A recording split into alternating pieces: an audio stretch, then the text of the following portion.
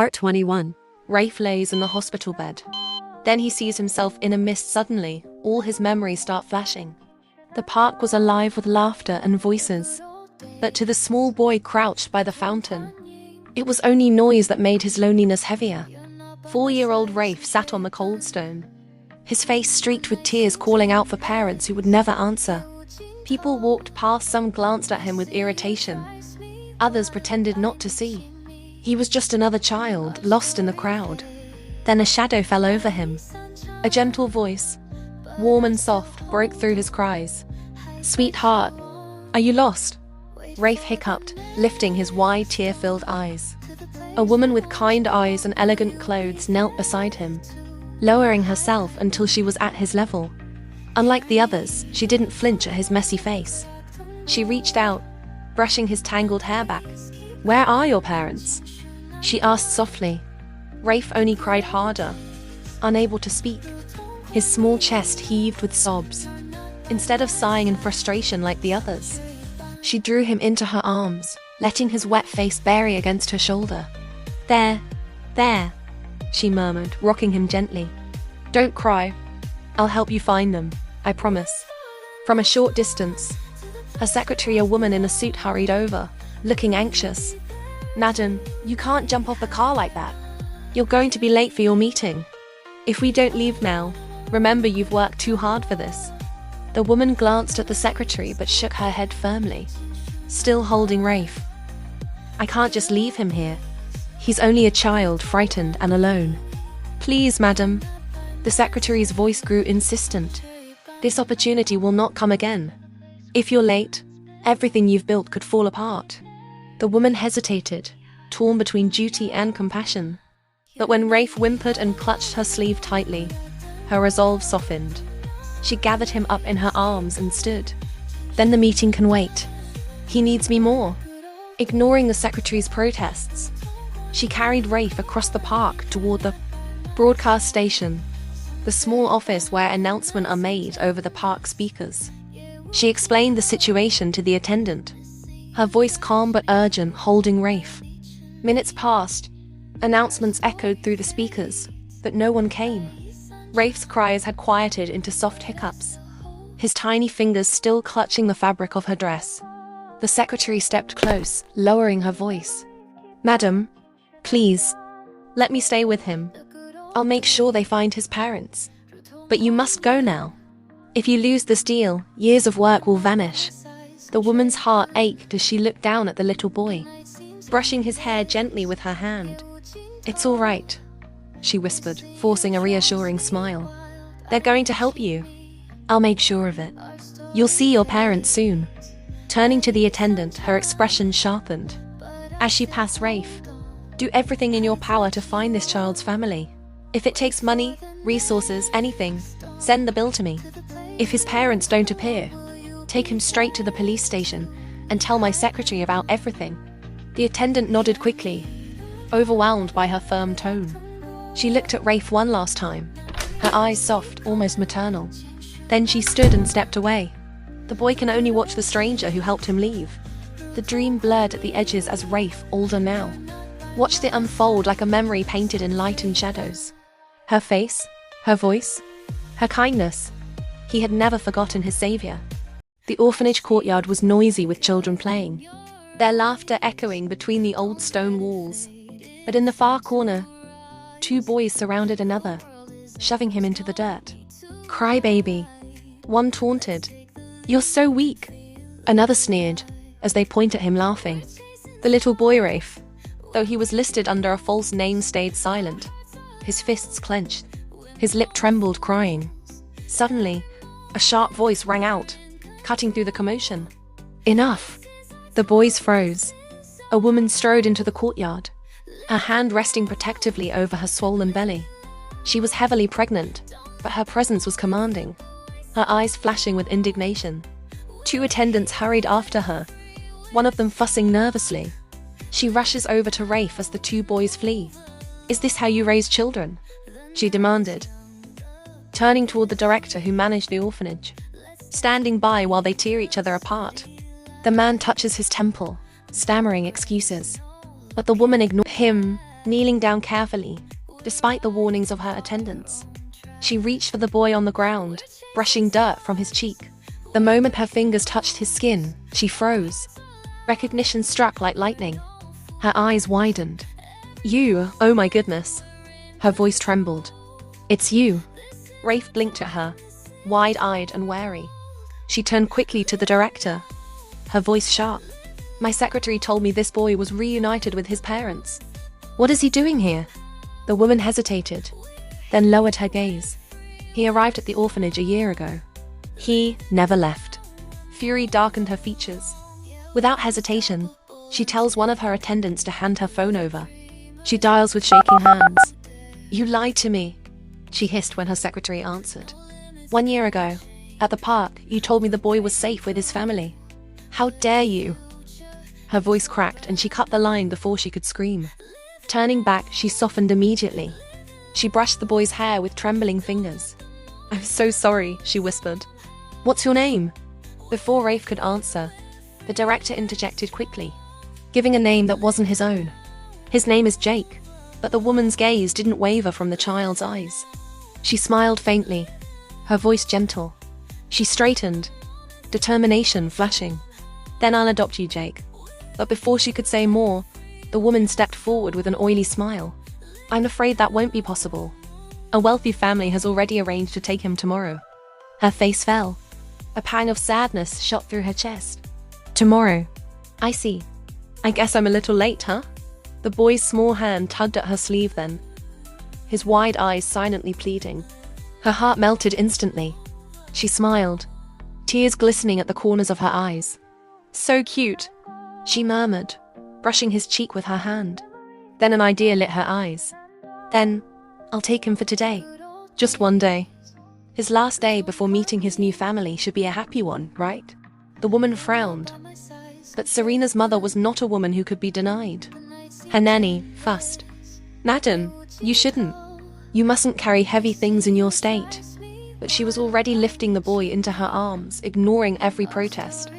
His tiny arms wrapped hesitantly around her neck, his head resting against her shoulder. That day became something magical. She bathed him, combed his hair, and dressed him in clean new clothes she had bought earlier.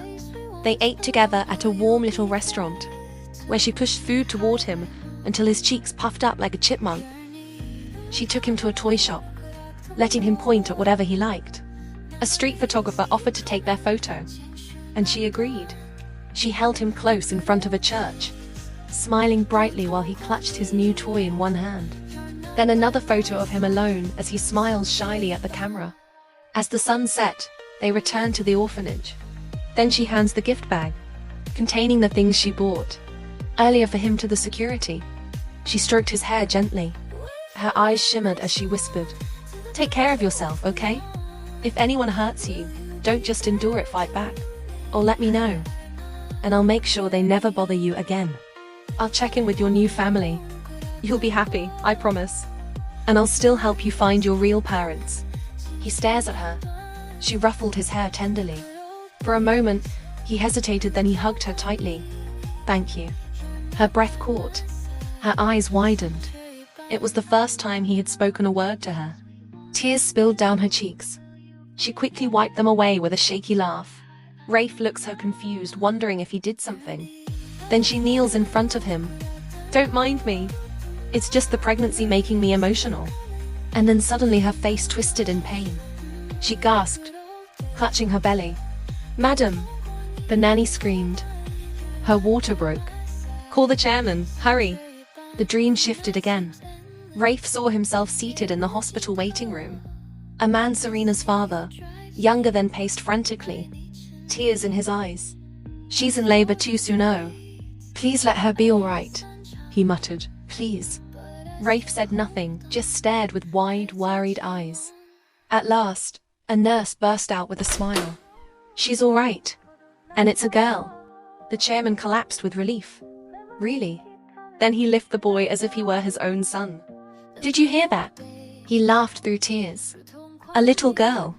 I'm a father. And you." He kissed Rafe's head before realizing what he was doing. "You're part of this joy too, aren't you?" Rafe smiles. Later, Rafe was allowed into the hospital room. Serena's mother lay pale but glowing, a tiny bundle in her arms. Her eyes lit up when she saw him. "Oh, you're still here. You didn't even sleep, did you?"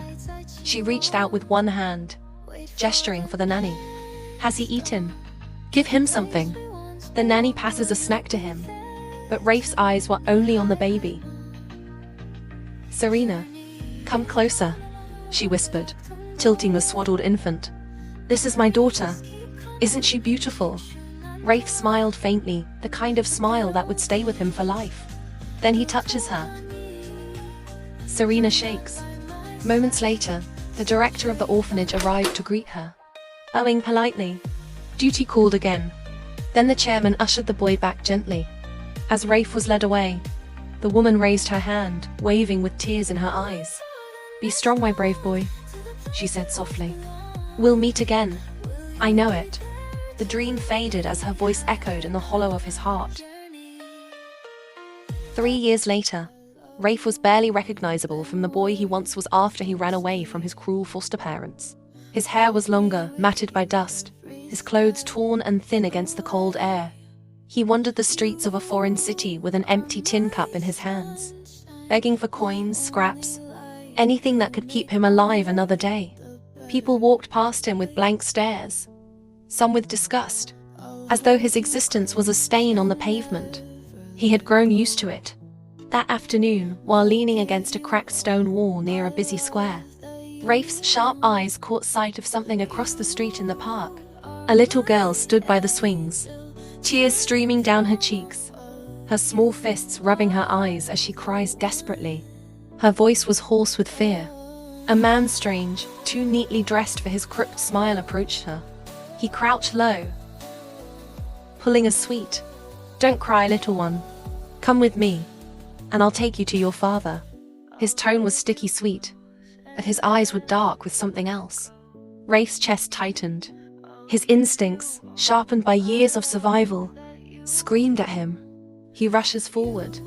"Stay away from her," Rafe said coldly, planting himself between the man and the girl. The man sneered, sizing up the ragged boy. "And who is this? A beggar?" He spat. Rafe's eyes narrowed, voice steady as iron. "If you don't leave now, I'll shout. I'll make everyone here look at you." For a tense moment, the man's jaw worked, eyes darting to the people milling nearby. Annoyed, he clicked his tongue and stood up. Worthless brat. With a last glare, he walked off, vanishing into the crowd. Rafe exhaled slowly, turning toward the trembling girl. She had stopped crying but could not form words, only hiccuping sobs escaping her lips. "Where are your parents?" he asked softly. She shook her head, tears blurring her eyes. Not a word came out.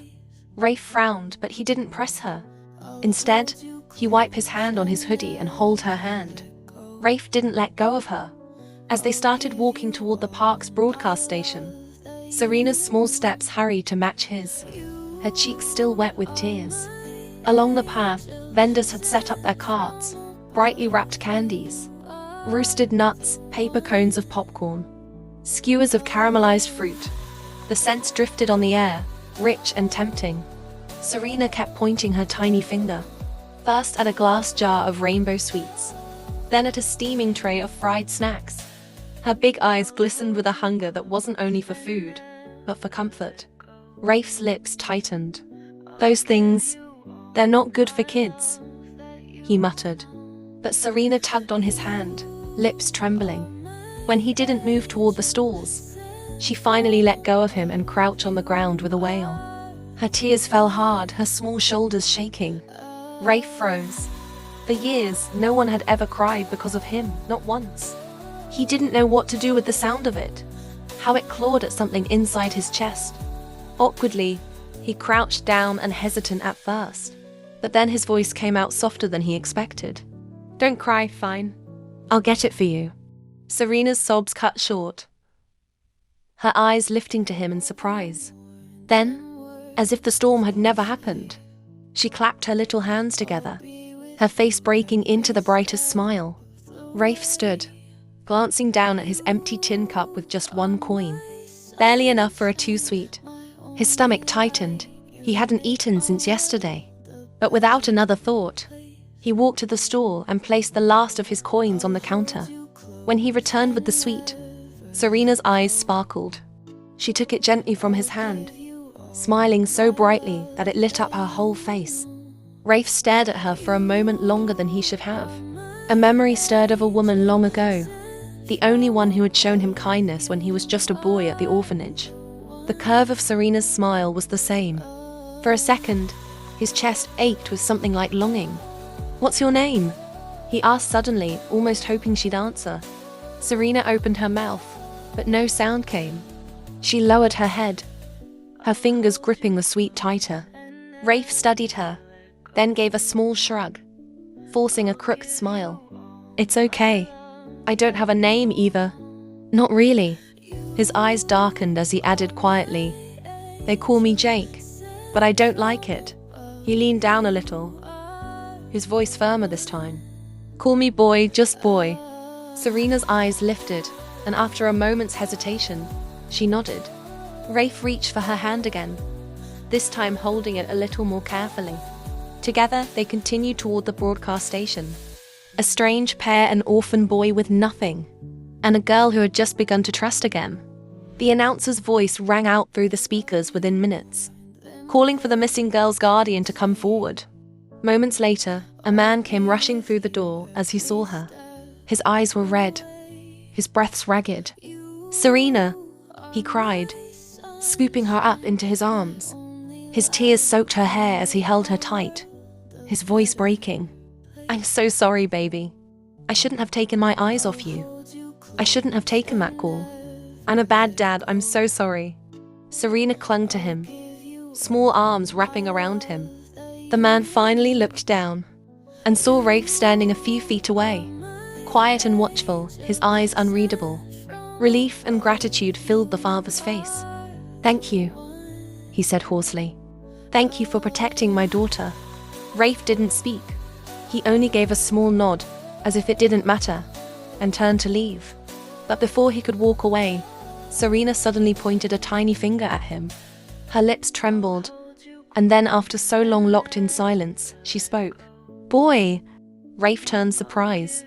Her father froze, his eyes widened in disbelief, his heart skipping a beat. Since her mother's incident, Serena hadn't spoken a single word. Not to him, not to anyone. And now she had broken her silence. "Say it again," he whispered, his voice trembling. Tears spilling anew, Serena smiled faintly, eyes still fixed on Rafe. "Boy."